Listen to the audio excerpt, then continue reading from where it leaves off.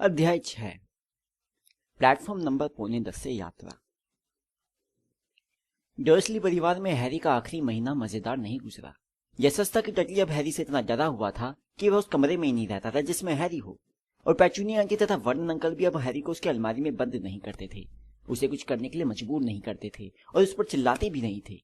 दरअसल उन्होंने अब उससे बात करना ही बंद कर दिया था। उनके मन में दहशत भी थी और गुस्सा भी, इसलिए वे लोग ऐसा व्यवहार करते थे जैसे जिस कुर्सी पर हैरी बैठा हो वो खाली हो। हालांकि कई महीनों में स्थिति में सुधार हुआ था, परंतु कुछ समय बाद इससे हैरी का मन उखड़ने लगा। हैरी ज्यादातर समय अपने कमरे में ही रहता था और उसकी नई उल्लू ही उसकी इकलौती साथी थी। उसने उसका नाम हैग्रिड रखने का फैसला किया। उसे यह नाम जादू का इतिहास किताब में मिला था।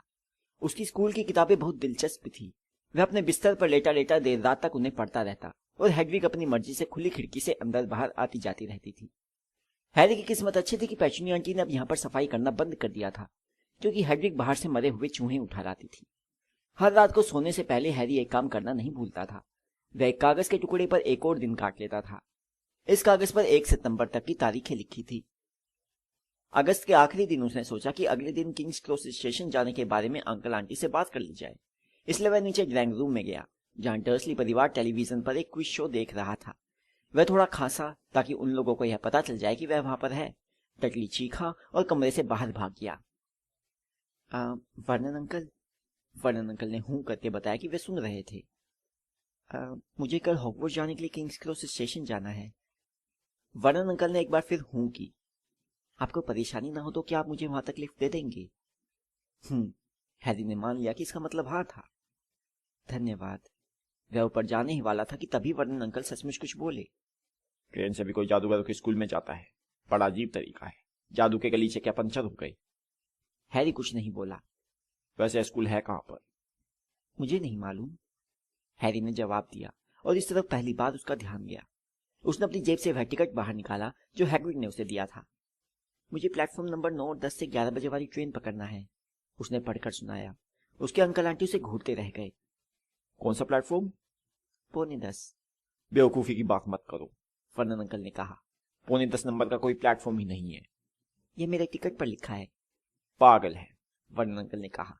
वो सबके सब पूरे पागल हैं। तुम खुद अपनी आंखों से देख लोगे। बस थोड़ा इंतजार करो। ठीक है, हम तुम्हें किंग्स क्रॉस तक ले जाएंगे। हम लोग वैसे भी कल लंदन जा रहे, वरना मैं इतना कष्ट नहीं करता। आप लोग लंदन क्यों जा रहे हैं? हैरी ने दोस्ताना संबंध बनाने की कोशिश करते हुए पूछा। डडली को अस्पताल ले जाना है, वर्नन अंकल ने गुस्से से कहा। जब तक उसकी वह कमबख्त पूछ नहीं हटेगी तब तक वह स्मेल्टिंग कैसे जाएगा? अगली सुबह हैरी 5 बजे ही उठ गया। उसे इतना रोमांच और इतनी घबराहट हो रही थी कि वह दोबारा नहीं सो पाया। वह बिस्तर से उठा और अपनी जीन्स पहनी, क्योंकि वह जादूगरों के कपड़े पहनकर स्टेशन नहीं जाना चाहता था। वह ट्रेन में कपड़े बदल लेगा। उसने एक बार फिर हॉगवर्ट्स की लिस्ट देखी, ताकि यह पक्का कर ले कि कहीं को सामान तो नहीं छूट गया। इसके बाद उसने यह देखा कि हैग्रिड का पिंजरा तो ठीक तरह से बंद है। फिर वह कमरे में घूमते हुए डर्सली परिवार के उठने का इंतजार करता रहा। 2 घंटे बाद हैरी का बड़ा और भारी संदूक डर्सली की कार में रख दिया गया। पेचूनिया आंटी ने डडली को राजी कर लिया कि वह हैरी के पास बैठ जाए, और फिर वे चल पड़े। 10:30 बजे वे लोग किंग्स क्रॉस स्टेशन पर पहुंच गए। वर्नन अंकल ने हैरी के संदूक को ट्रॉली पर पटका और उसे स्टेशन तक खुद धगाते हुए ले गए। हैरी ने सोचा उसे उनसे इतनी उदारता की उम्मीद नहीं थी, परंतु तभी वर्नन अंकल एकदम रुक गए। प्लेटफॉर्म उनके सामने थे और उनके चेहरे पर कुटिल मुस्कान नाच रही थी। तो तुम्हारी मंजिल आ गई लड़के। यह रहा प्लेटफॉर्म नंबर 9 और वह रहा प्लेटफॉर्म नंबर 10। तुम्हारा प्लेटफॉर्म कहीं इनके बीच में होना चाहिए, परंतु ऐसा लगता है कि वे उसे बताना भूल गए, है ना? जाहिर है, उनकी बात बिल्कुल सही थी। एक प्लेटफॉर्म पर प्लास्टिक की बड़ी तख्ती पर 9 नंबर लिखा था। उसके अगले प्लेटफॉर्म पर 10 नंबर लिखा था, और दोनों के बीच में कुछ भी नहीं था। आशा स्कूल में यह साल अच्छा गुजरेगा, वर्नन अंकल ने और भी ज्यादा कुटिलता से मुस्कुराते हुए कहा। बिना कुछ कहे वे वापस चल दिए। हैरी ने मुड़कर देखा कि डर्सली परिवार कार में बैठकर जा रहा था। तीनों हंस रहे थे। हैरी का मुंह सूखने लगा। अब वह क्या करेगा? हैग्रिड के कारण बहुत से लोग अजीब निगाहों से उसकी तरफ देख रहे थे। उसे किसी से पूछना ही होगा। उसने पास से गुजरते हुए गार्ड को रोका, परंतु उसमें इतनी हिम्मत नहीं थी कि वह प्लेटफॉर्म नंबर 9:45 के बारे में पूछ सके। गार्ड ने कभी हॉगवर्ट्स का नाम नहीं सुना था, और जब हैरी उसे यह भी नहीं बता पाया कि यह देश के किस हिस्से में है, तो वह भड़क गया, क्योंकि उसे लगा जैसे हैरी जानबूझकर मूर्ख बनने का नाटक कर रहा है। निराशा में डूबे हैरी ने 11 बजे वाली ट्रेन के बारे में पूछा, परंतु गार्ड ने कहा कि 11 बजे कोई ट्रेन नहीं जाती। अंत में गार्ड वहां से तेज कदमों से चला गया। जाते समय वह समय बर्बाद करने वालों के बारे में बड़बड़ाता जा रहा था। हैरी अब बहुत कोशिश कर रहा था कि वह आतंकित ना हो। प्लेटफॉर्म पर लगी बड़ी घड़ी के हिसाब से हॉगवर्ट्स जाने वाली ट्रेन पकड़ने के लिए उसके पास सिर्फ 10 मिनट का समय बचा था और उसे जरा भी नहीं मालूम था कि वह प्लेटफॉर्म तक कैसे पहुंचे। वह स्टेशन के बीच में बुरी तरह फंस गया था। उसके पास एक संदूक था जिसे वह उठा नहीं सकता था, जेब में जादूगरों के सिक्के भरे थे और एक बड़ी सी उल्लू थी।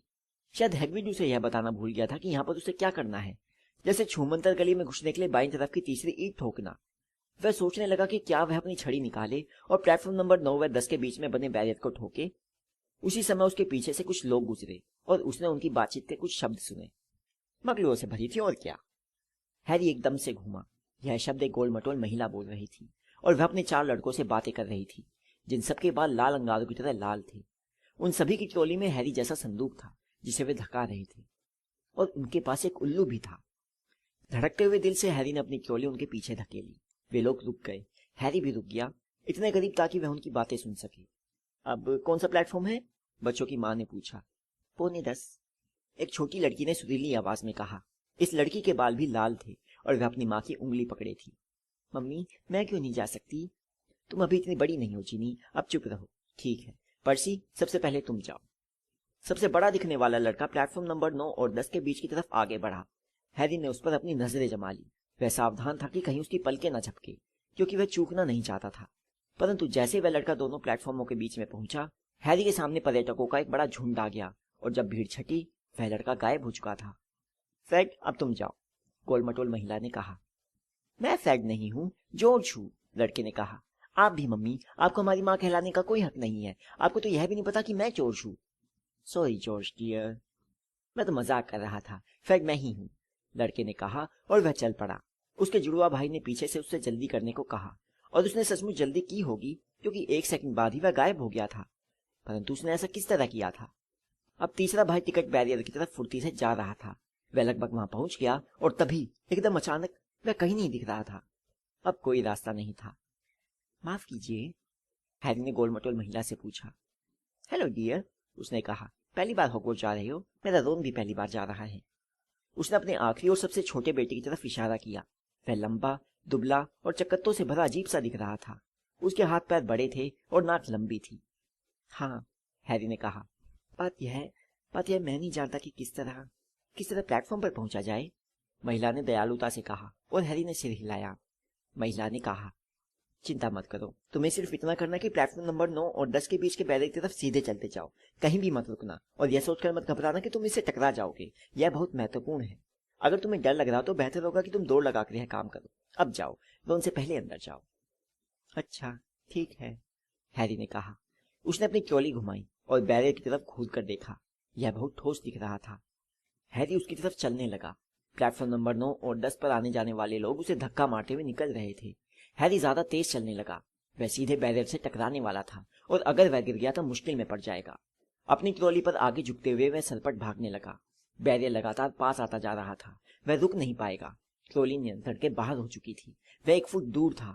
उसने अपनी आंखें बंद कर ली और टक्कर के लिए तैयार हो गया, परंतु टक्कर नहीं हुई। वह दौड़ता ही रहा। उसने अपनी आंखें खोली। भाप का एक लाल इंजन सामने खड़ा था और प्लेटफॉर्म लोगों से खचाखच भरा था। ऊपर एक साइन बोर्ड पर लिखा था, हॉगवर्ट्स एक्सप्रेस, 11 बजे। हैरी ने अपने पीछे देखा और जहां पर बैरियर था वहां उसे लोहे का गलियारा दिखा जिस पर लिखा था प्लेटफॉर्म नंबर 9:45। वह आखिरकार वहां पहुंच गया था। इंजन से निकलता धुआं बतियाती भीड़ के सिर के ऊपर से तैर रहा था और बहुत सी रंग बिरंगी बिल्लियां खड़े हुए लोगों के पैरों के बीच से निकल रही थी। भीड़ के शोर और भारी संदूकों के जमीन पर घसीटे जाने की आवाज के ऊपर उल्लू की चिड़चिड़ी आवाजें सुनाई दे रही थी, जैसे वे भी आपस में बातें कर रहे हो। इंजन के साथ वाले कुछ डिब्बे पहले ही पूरी तरह भर चुके थे। कुछ बच्चे खिड़की के बाहर लटक कर अपने परिवार वालों से बात कर रहे थे, तो कुछ सीटों के लिए आपस में झगड़ रहे थे। किसी खाली सीट की तलाश में हैरी अपनी ट्रॉली को प्लेटफॉर्म पर धकेलता गया। वह गोल चेहरे वाले लड़के के पास से गुजरा जो कह रहा था, दादी, मेरा मेंढक फिर गुम गया है। क्या करते हो नेविल? उसने बूढ़ी औरत को आंख भरते हुए सुना। कुछ लोग घुंघराले बालों वाले एक लड़के को घेरे खड़े थे। हमें भी दिखाओ ली, चलो दिखाओ। लड़के ने उस बक्से का ढक्कन खोल दिया जिसे वह हाथ में पकड़े था। जब अंदर बंद जानवर का बालों भरा लंबा पैर बाहर निकला तो चारों तरफ लोग चीखने लगे। हैरी भीड़ को चीरता हुआ आगे बढ़ता गया जब तक कि उसे ट्रेन के आखिरी सिरे पर एक खाली डिब्बा नहीं मिल गया। सबसे पहले उसने हैग्रिड को अंदर रखा और फिर अपने संदूक को डिब्बे के दरवाजे की तरफ धकेला। उसने इसे पायदानों के ऊपर उठाने की कोशिश की, परंतु एक सिरा उठाना भी उसे भारी पड़ रहा था। 2 बार उसने अपने पैरों पर संदूक गिरा लिया और वह दर्द के मारे बिलबिला उठा। मदद चाहिए? यह बोलने वाला वही लाल बालों वाला जुड़वा भाई था जिसके पीछे वह बैरियर में घुसा था। हाँ प्लीज, हैरी ने हाफते हुए कहा। अरे फ्रेड, यहाँ आओ और मदद करो। जुड़वा भाइयों की मदद से हैरी का संदूक आखिरकार डिब्बे के कोने में सही सलामत पहुंच गया। धन्यवाद, हैरी ने कहा और अपने पसीने से लथपथ बालों को आंखों के सामने से हटाया। यह क्या है? जुड़वा भाइयों में से एक ने अचानक हैरी के बिजली जैसे निशान की तरफ इशारा करते हुए पूछा। हे भगवान, दूसरे भाई ने कहा। कहीं तुम? वही है, पहले भाई ने कहा। है ना? उसने हैरी से पूछा। क्या? हैरी ने कहा। Harry Potter. दोनों जुड़वा भाई एक साथ कोरस में बोले। अच्छा वो, हैरी ने कहा। मेरा मतलब है, हाँ मैं ही हूं। दोनों भाई मुंह खोलकर उसे देखते रहे और हैरी को लगा कि उसका चेहरा लाल हो रहा था। तभी ट्रेन के खुले दरवाजे से एक आवाज तैरती हुई अंदर आई, जिसे सुनकर हैरी को राहत मिली। फ्रेड, जॉर्ज, तुम लोग कहाँ हो? आ रहे हैं मम्मी। हैरी पर एक और नजर डालने के बाद जुड़वा भाई ट्रेन से कूद गए। हैरी खिड़की के पास बैठ गया जहां वह आधा छुपा था। वहां से वह प्लेटफॉर्म पर खड़े लाल बालों वाले परिवार को देख सकता था और उनकी बातें सुन सकता था। उनकी मां ने अपना रुमाल बाहर निकाल लिया था। रोन, तुम्हारी नाक पर कुछ लगा है। सबसे छोटे बच्चे ने बचकर निकलने की बहुत कोशिश की, परंतु उसकी मां ने उसे दबोच लिया और उसकी नाक के सिरे को रगड़ने लगी। मम्मी, अब छोड़ भी दो। उसने धक्का देते हुए अपने को छुड़ाया। अरे क्या छोटे बच्चे रोने की नक पर कुछ लगा था? जुड़वा भाइयों में से एक ने चिढ़ाते हुए कहा। चुप रहो, रोन ने कहा। पर्सी कहाँ है? उनकी मां ने पूछा। इधर ही आ रहा है। सबसे बड़ा लड़का लंबे लंबे डग भरता हुआ उन्हीं की तरफ आ रहा था। वह अपने कपड़े बदलकर हॉगवर्ट्स का लहराता हुआ काला दुशाला पहन चुका था। हैरी ने देखा कि उसके सीने पर चांदी का चमकता हुआ बिल्ला लगा था जिस पर पी अक्षर लिखा था। ज्यादा देर नहीं रुक सकता मम्मी, उसने कहा। मैं आगे वाले डिब्बे में हूँ। प्रीफेक्ट के लिए 2 डिब्बे रिजर्व है। अच्छा, तो तुम प्रीफेक्ट हो पर्सी? एक जुड़वा भाई ने बहुत आश्चर्य प्रकट करते हुए पूछा। तुम्हें इसके बारे में कुछ तो बताना चाहिए था, हमें तो यह पता ही नहीं था। छोड़ो भी, मुझे याद आ रहा है कि उसने इस बारे में कुछ कहा था। दूसरे जुड़वा भाई ने कहा। 1 बार या 2 बार, 1 मिनट, सारी गर्मी भर। चुप रहो, पर्सी यानी प्रीफेक्ट ने कहा। वैसे पर्सी को नए कपड़े क्यों मिले हैं? एक जुड़वा भाई ने कहा। क्योंकि वह प्रीफेक्ट है, उनकी मां ने लाड़ से कहा। ठीक है बच्चों, तुम्हारे यह साल अच्छा गुजरे। वहां पहुंचते मुझे उल्लू भेज देना। उन्होंने पर्सी का गाल चूमा और वह चला गया। फिर वे जुड़वा बच्चों की तरफ पलटी। और तुम दोनों इस साल जरा ढंग से रहना। अगर मुझे एक भी उल्लू मिला कि तुम लोगों ने टॉयलेट उड़ा दिया है या टॉयलेट उड़ा दिया है, पर मम्मी हमने तो आज तक कभी कोई टॉयलेट नहीं उड़ाया। वैसे विचार बहुत बढ़िया है, धन्यवाद मम्मी। यह मजाक की बात नहीं है। और सुनो, रोन का ख्याल रखना। चिंता मत करो, नन्ना मुन्ना रोनी हमारे साथ सुरक्षित रहेगा। चुप रहो, रोन ने दोबारा कहा। वह अभी से जुड़वा भाइयों जितना लंबा हो चुका था और उसकी नाक उस जगह अब भी गुलाबी दिख रही थी जहां उसकी मां ने रगड़ा था। अच्छा मम्मी, जरा सोचो तो सही, अंदाजा लगाओ हमें अभी ट्रेन में कौन मिला था। हैरी तत्काल पीछे की तरफ टिक गया ताकि वे उसे बाहर झांकते हुए ना देख ले। आप जानती है वह काले बालों वाला लड़का कौन था जो हमारे पास स्टेशन पर खड़ा था? जानती है वह कौन है? कौन? Harry Potter. फिर हैरी को छोटी लड़की की आवाज सुनाई दी। अच्छा मम्मी, मैं ट्रेन में चढ़कर उसे देख लूं? Mummy please. तुमने उसे पहले ही देख लिया जिनी, और वह बेचारा कोई चीज नहीं है जिसे तुम चिड़ियाघर के जानवर की तरह घूरते रहो। क्या सचमुच वही था फ्रेड? तुमने कैसे पहचाना? हमने उससे पूछा था, उसका निशान देखकर। निशान सचमुच वहां पर है, बिजली गिरने जैसा। बेचारा बच्चा, कोई हैरानी की बात नहीं कि वह अकेला था। मुझे आश्चर्य हो रहा था। उसने इतनी नम्रता से पूछा था कि प्लेटफॉर्म तक कैसे पहुंचा जाए। यह सब छोड़ो, क्या आपको लगता है उसे याद होगा कि तुम जानते हो कौन कैसा दिखता है? उनकी मां अचानक बहुत गंभीर हो गई।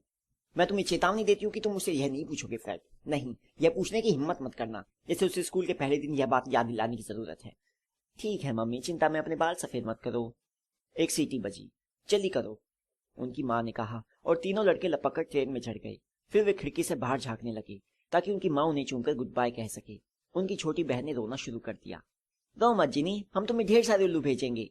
हम तुम्हें हॉगवर्ट्स की टॉयलेट सीट भी भेजेंगे। जॉर्ज, मजाक कर रहा था मम्मी। ट्रेन रेंगने लगी। हैरी ने देखा कि बच्चों की मां हाथ हिला रही थी और उनकी बहन आधी हंसती आधी रोती हुई ट्रेन के साथ साथ भागने की कोशिश कर रही थी, परंतु फिर ट्रेन इतनी तेज हो गई कि वह पीछे रह गई और अपना हाथ हिलाने लगी। जब ट्रेन एक मोड़ पर मुड़ी तो हैरी को लड़की और उसकी मां दिखाई देना बंद हो गई। खिड़की के पास से घर धड़ाधड़ गुजरते जा रहे थे। हैरी का दिल रोमांच के मारे बल्ली उछल रहा था। वह नहीं जानता था कि जिस जगह वह जा रहा था वह कैसी होगी, परंतु यह तो तय था कि वह जगह उससे तो बेहतर ही होगी जिसे वह पीछे छोड़कर जा रहा था।